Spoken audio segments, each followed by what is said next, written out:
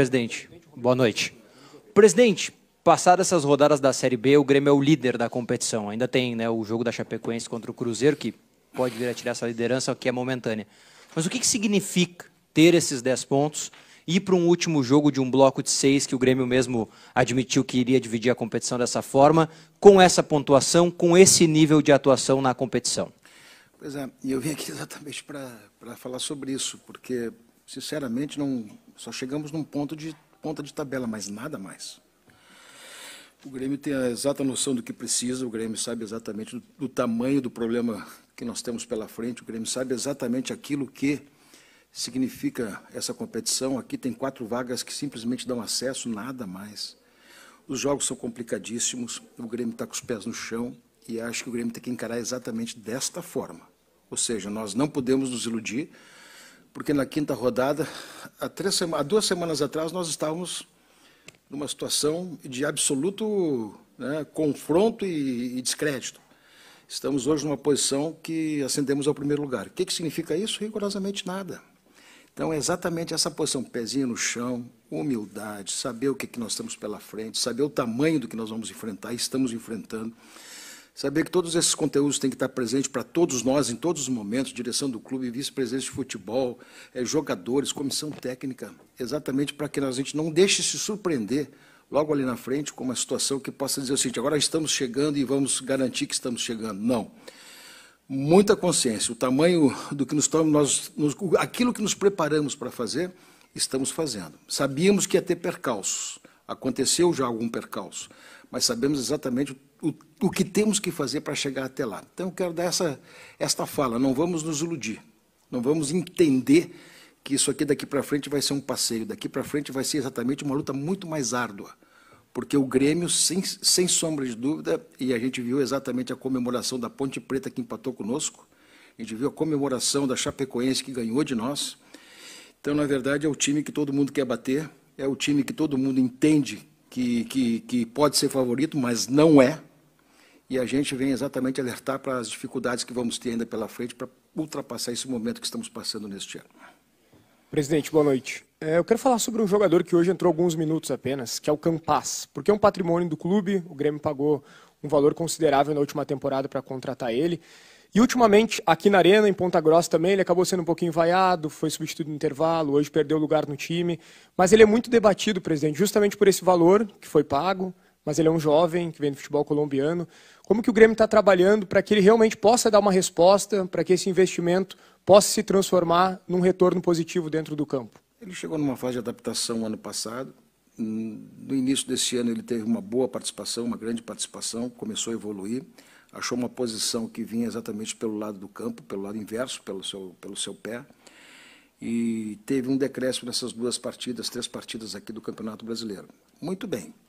O que tem que fazer? Apoiar o jogador, dar confiança ao jogador, orientar o jogador e estimular cada vez mais o jogador, que esses momentos de fragilidade técnica que às vezes acontecem são ultrapassados.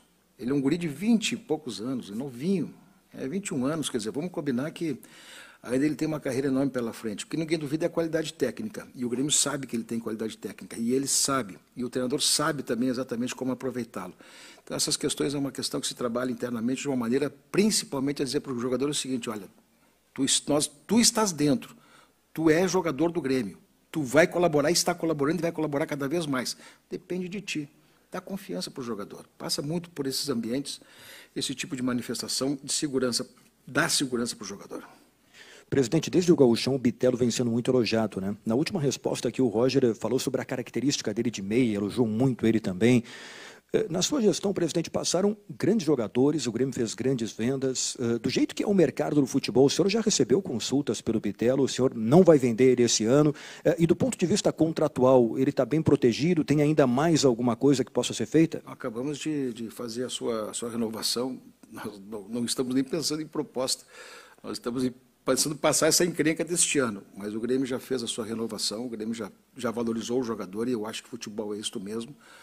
O jogador se valoriza na medida que apresenta em campo o tamanho e a dimensão do que ele é como jogador de futebol, e o Bitelo fez isso.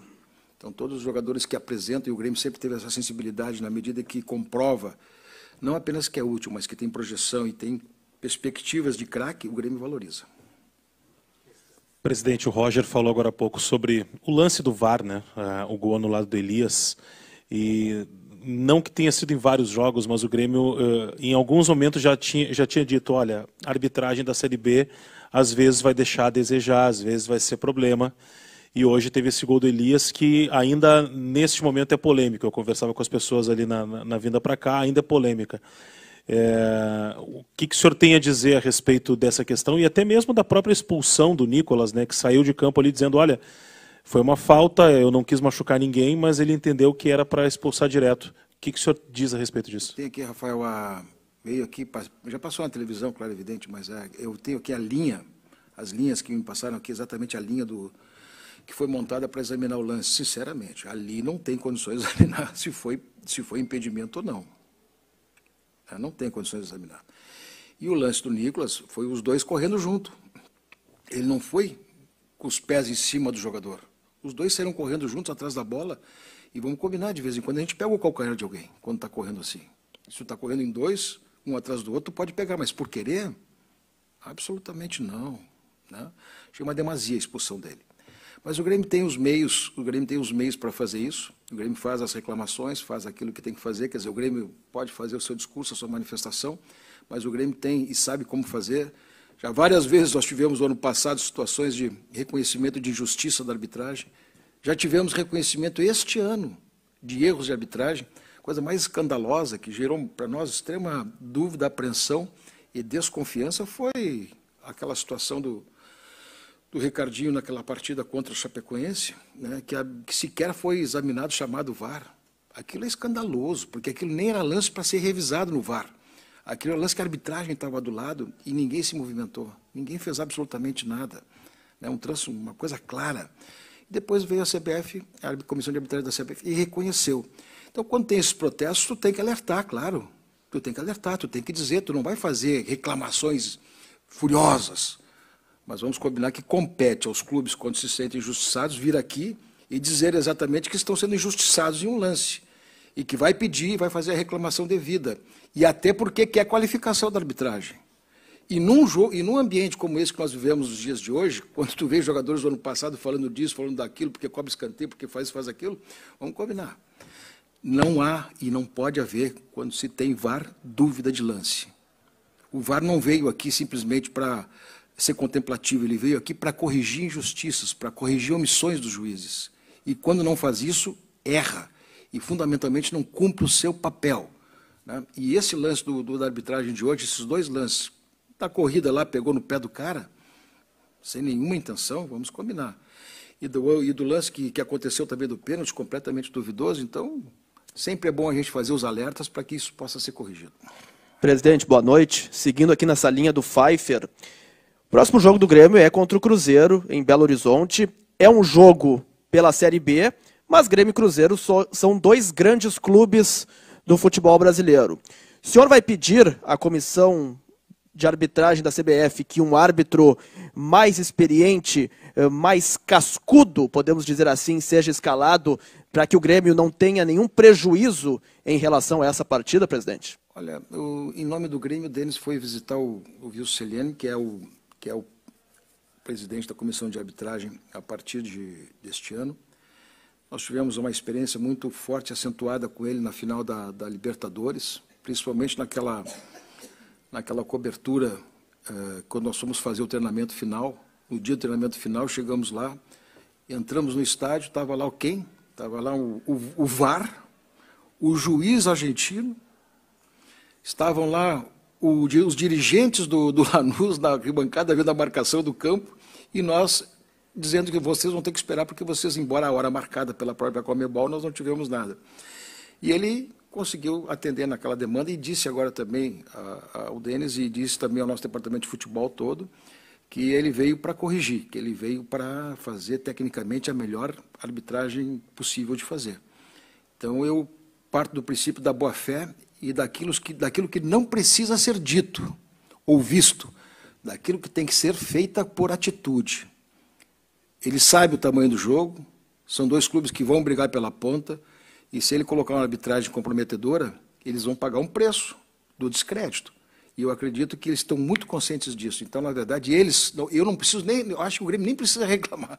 Eles vão ter que ver exatamente o tamanho do jogo, o tamanho das camisas e tudo aquilo que está envolvido, porque vai começar a se decidir as pontas do campeonato.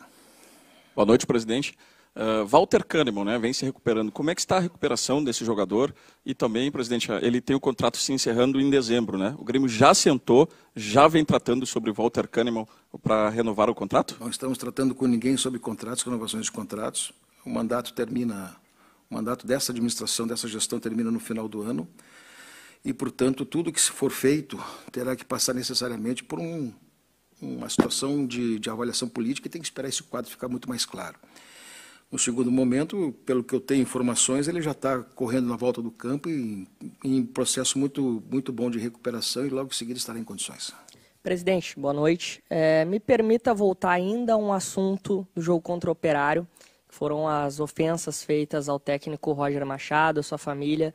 Eu queria saber se houve, por parte do Operário, uma busca por um pedido de desculpas formal ao Grêmio ou ao próprio técnico Roger Machado, para a gente definitivamente, presidente, encerrar esse assunto. Que eu tenha conhecimento, não.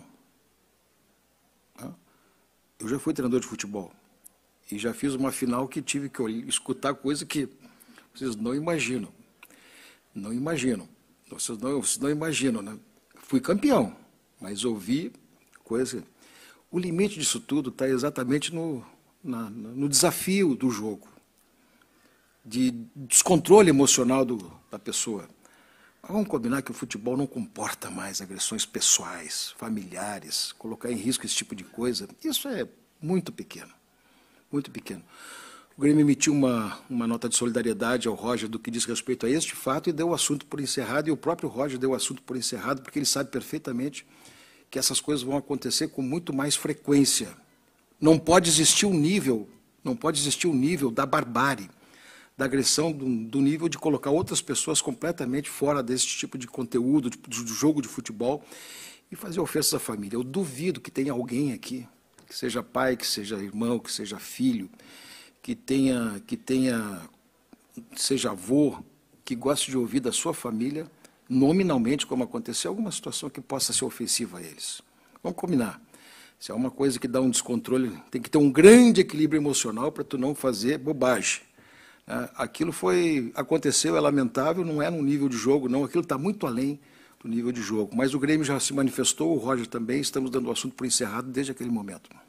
Obrigado, presidente.